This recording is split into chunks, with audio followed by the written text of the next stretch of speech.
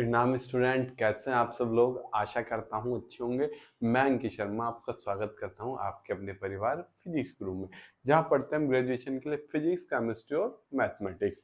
तो हमने इससे पहले की जो क्लास की थी, हमने एक एम्पलीफायर पढ़ना चालू किए थे। तो मोड के बेस पे तो हमने क्या पढ़ा था, क्लास ए पढ़ा था, बी पढ़ा था, ए बी पढ़ा था और सी पढ़ा था। मैंने आपको एक बेसिक सी चीज बताई थी। इसमें क्या बताई थी कि जैसे ये आपका वी सी है और ये आई सी है, यहाँ क्या है, लोड लाइन है। बिल्कुल मिडिल में क्यू पॉइंट होगा तो होगा ए एम्पलीफायर, और यहाँ होगा तो होगा बी एम्पलीफायर। इन दोनों के बीच में होगा तो होगा ए बी, दोनों के बीच में हो गया ना, और इससे नीचे होगा तो सी होगा। ये सब मैं आपको बता चुका था। इसमें पूरा आउटपुट मिलता है, पूरा आउटपुट बता रहा हूँ। इसमें ए बी में जो आउटपुट मिलता है आपको पता है, बी में हाफ मिलता है। इसमें क्या मिलता है, ये रहा, पूरे से कम, हाफ से ज्यादा। इसमें सी में कैसे मिलता है, छोटा सा बहुत, मतलब आधे से भी कम। अगर मैं आपको सिंबल बताऊं ऐसे, ये आपको पता था सर, ये सब तो हमें याद है। हमने यूट्यूब पे बहुत वीडियो देखी, पर कहीं भी हमें क्लास डी एम्पलीफायर नहीं मिला। है भी नहीं, ढूंढोगे तो कुछ समझ में भी नहीं आना, क्योंकि सिलेबस में पहली बार क्लास डी एम्पलीफायर बीएससी के में डाला गया है। क्लास ए भी है, बी भी है, ए बी भी है, सी भी है, पहले से। क्लास डी पहली बार डाला गया है। सर क्लास डी में क्यू पॉइंट का होता है, क्लास डी के क्यू पॉइंट वी पॉइंट पे हमें चर्चा नहीं करनी। मैं पिछली क्लास में बार बार आपसे चर्चा करता हूँ कि क्लास डी एम्पलीफायर है, थोड़ा सा अलग है। क्यों? क्योंकि इसकी जो इफिशियंसी है ना, सबसे गजब इफिशियंसी है इसकी। इफिशियंसी क्या, टॉप की।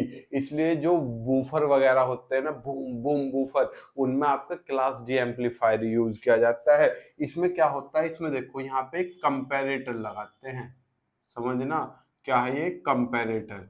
अब इस कंपैरेटर का काम क्या है, जो क्या करेगा, कंपेयर करेगा दो वेव को जोड़ के। मतलब कैसे सर, देखो यहाँ पे आपने इनपुट डाला, इनपुट में आपने कौन सी वेव डाली, सिनुसोइडल वेव। ओके, और यहाँ आपने क्या लगाया, सॉटूथ वेव जनरेटर। और कैसी वेव, ऐसी सॉटूथ, मतलब दांतों में जब वो लगता है जिगजैग फॉर्म में नहीं लगता, तो ये सॉटूथ वेव है, सॉटूथ वेव। और ये है सिनुसोइडल वेव, सिनुसोइडल मतलब जो साइन की फॉर्म में चलती है, और ये क्या है, सॉटूथ वेव। दोनों मिलेगी और मिलकर यहाँ पे हमें क्या मिलेगी बेटा, एक रेक्टेंगुलर वेव। क्या मिलेगी, रेक्टेंगुलर वेव ऐसी, जिसकी हाइट तो एम्पलीट्यूड तो लगभग सेम होगा, लेकिन विड्थ जो है वो चेंज होती रहेगी। जैसे इसकी चौड़ी इसकी और चौड़ी इसकी और कम होगी। फिर हम क्या करेंगे, ये सारा ताम झाम किस में भेज देंगे, एम्पलीफायर में, ट्रांजिस्टर में। एक तरीके से जो एनपीएन कॉमन इमीटर लगा रखा है, जो भी लगा रखा है एम्पलीफायर में, एम्पलीफायर से किस में भेजा जाएगा,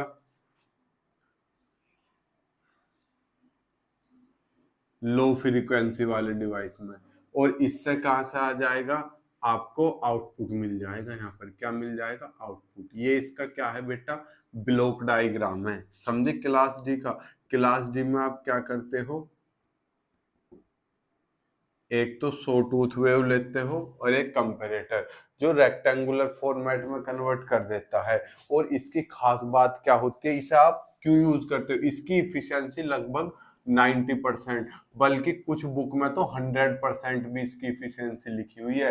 इफिशियंसी मतलब दक्षता। इसकी इतनी दक्षता, इतनी गजब बेहतरीन क्यों है, क्योंकि ये वाला जो क्लास डी है ना आपका, सर नोट्स बनवाओ, अभी बनवाऊंगा, पहले समझ लो। ये स्विच की तरीके से काम करता है। किसकी तरीके से, एक स्विच की तरीके से काम करता है। और स्विच में दो ही फंक्शन होते हैं, या तो ऑन होता है या ऑफ होता है। तो इसमें एनर्जी बीच में बेकार नहीं होती, मतलब ऑन है तो एनर्जी फुल, और फिर ऑफ हो गया तो एनर्जी खत्म। बीच का कोई सीन नहीं होता। जैसे मैं आपको बताऊं, जैसे ये वेव है, two two two two two, ये किस फॉर्मेट में चलाता है, इस फॉर्मेट में नहीं चलाता। देखो यह मान लो ये हिस्सा हो गया ऑन, ये हो गया ऑफ, फिर से स्विच ऑन हुआ, फिर ऑफ हो गया, फिर ऑन हुआ, फिर ऑफ हो गया, फिर ऑन हुआ, फिर ऑफ हो गया, ठीक, फिर ऑन हुआ। तो ये इस तरीके से नहीं चलाता वेव को। ये कैसे चलाता है, अगर मैं आपको चलानी बताऊं, इस तरीके से।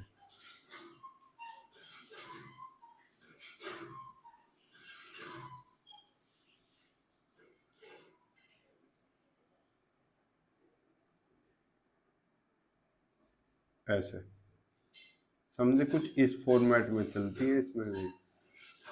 तो ये एकदम इनकी विड्थ घटा बढ़ा सकता है, क्या कर सकता है, घटा बढ़ा सकता है। और या तो ऑन होगा या ऑफ होगा, बीच का कोई सिस्टम ही नहीं होना इसमें, तो इसमें एनर्जी वेस्ट का कोई काम होता ही नहीं, जिस वजह से इसकी इफिशियंसी बहुत ज्यादा बढ़ जाती है।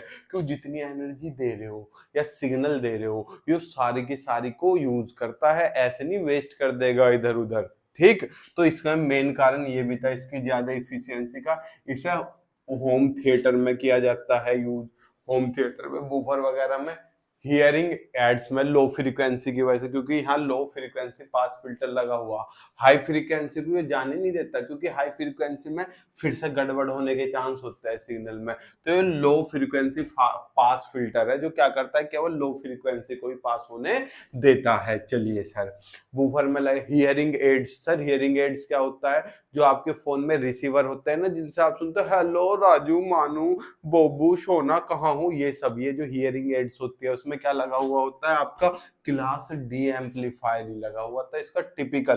देखो यहाँ तक फिगर सेम है, लेकिन जब एम्पलीफायर और फ्रीक्वेंसी फिल्टर जो होता है इसमें क्या लगा हुआ होता है, इसमें लगा हुआ होता है एल सी। एल क्या होता है बेटा आपका ये, और सी क्या होता है ये, आपने पढ़ा होगा क्या, पाई सेक्शन फिल्टर और एलसी सेक्शन फिल्टर। नहीं पढ़ा तो कोई बात नहीं, आगे पढ़ लेंगे, हम आगे पढ़ेंगे जरूर। अभी आप इतना समझे, ब्लॉक डायग्राम था रफ कॉपी में, फिलहाल इसे भी नोट कर लो। अभी मैं क्लास डी एम्पलीफायर के आपको नोट्स बनवा देता हूँ अच्छे से। और केमिस्ट्री में मैम से मैंने कहा है सिलेबस थोड़ा तेज से चलाओ, तो हम उसमें क्या कर रहे हैं, हम उसमें आपको नोट्स डिस्क्रिप्शन में दे रहे हैं और मैम एक्सप्लेन कर रही है अच्छे से। अब आप क्या करो, क्लास डी एम्पलीफायर के बारे में देखना चालू करो और समझो, सुनो जो मैं बोल रहा हूँ बड़े ध्यान से। एक class D amplifier is an electronic amplifier, जो एक इलेक्ट्रॉनिक एम्पलीफायर है, इन विच द एम्पलीफाइंग डिवाइस, जो एम्पलीफाइंग डिवाइस होता है, एम्पलीफाइंग डिवाइस क्या होता है, अरे यार एम्पलीफाइंग डिवाइस या तो ट्रांजिस्टर लेते हो, ठीक, या एक मोसफेट आता है, metal oxide semiconductor field effect transistor. पढ़ोगे आगे जाके, थर्ड ईयर में है यो आपके, यानी कि फिफ्थ या सिक्स सेमेस्टर में ये आपके आएगा। तो यह मोसफेट लिया जाता है। अब बात करें क्लास डी एम्पलीफायर की, इसमें मेनली मोसफेट ही लिया जाता है, इसलिए इसके आगे क्या लिखा हुआ, यूजुअली मोसफेट। तो यही है हमारा क्या, एक class D amplifier is an electronic amplifier in which the amplifying device transistor usually MOSFET operates as electronic switch, ये इलेक्ट्रॉनिक स्विच की तरीके से ऑपरेट करते हैं। So this amplifier is also known as switching amplifier, जिस कारण ये amplifier switching amplifier भी कहलाते हैं। क्यों, क्योंकि स्विचिंग की तरीके से वर्क करते हैं, मैंने अभी बताया था, स्विचिंग की तरह वर्क करने की वजह से हम इन्हें स्विचिंग एम्पलीफायर भी बोलते हैं। They operate by rapidly switching back and forth, क्या करते हैं जल्दी से बैक एंड फोर्थ, आगे पीछे, मतलब या तो ऑन या ऑफ, या ऑन या of, back and fourth between the supply voltage, supply voltage के बीच, या तो ये बैक होंगे या फोर्थ होंगे, आगे पीछे ऑन ऑफ ही होंगे। ठीक, यूजिंग पल्स विड्थ मॉड्यूलेशन। देखो किसकी वजह से ये स्विच में ऑन ऑफ होते हैं, और पल्स जो रेक्टेंगुलर पल्स है ट्रेन के डिब्बों की तरीके से, वो किसकी वजह से जनरेट होती है, तो पीडब्ल्यू, फिजिक्स वाला नहीं, वे तो भैया सब दुनिया में छाई हुए हैं, ये है पीडब्ल्यूएम, पल्स वेव मॉड्यूलेशन। इस डिवाइस की वजह से हमें एक रेक्टेंगुलर ट्रेन मिलती है, लिखा हुआ है क्या, supply voltage using pulse width modulation to produce a pulse, एक पल्स की ट्रेन प्रोड्यूस करने के लिए आउटपुट में हम क्या करते हैं, पीडब्ल्यूएम का इस्तेमाल करते हैं। This passes through a simple low pass filter, ये जो मैंने बताया था लो पास फिल्टर, उससे इसे हमें पास कराते हैं, which belong the high frequency, नाम ही क्या है, लो पास फिल्टर। मैंने क्या बताया था, इसमें से केवल लो फ्रीक्वेंसी पास होती है, हाई फ्रीक्वेंसी को क्या कर देता है, रोक देता है। Which belongs the high frequency pulses, जो हाई फ्रीक्वेंसी पल्सेस को रोक देता है, and provide output current end voltage, और हमें क्या मिलता है, आउटपुट करंट मिलता है और वोल्टेज मिलता है जो हाई इफिशिएंट होता है। हालांकि इसकी working class A B C और डी से बहुत ज्यादा कॉम्प्लिकेटेड है, इसीलिए यूट्यूब पे इसकी वीडियो नहीं मिलेगी। आप ढूंढने लग जाओ, आपको वीडियो नहीं मिलेगी इसकी। देखो, due to its high efficiency nearly 90%। Sir आप तो कह रहे थे कुछ बुक में 100 भी लिखा हुआ है, लेकिन ज्यादातर बुक में 90 लिखा हुआ है और मैंने अकॉर्डिंग कोई भी मशीन 100% इफिशियंट नहीं होती, इसलिए मैंने यहाँ पे 90% का इस्तेमाल किया हुआ है। Due to its high efficiency nearly 90%, it is more popular for low frequency amplifier. ये ज्यादा पॉपुलर है किन के लिए? लो फ्रीक्वेंसी एम्पलीफायर के लिए। किसकी वजह से? इसकी हाई इफिशियंसी की वजह से।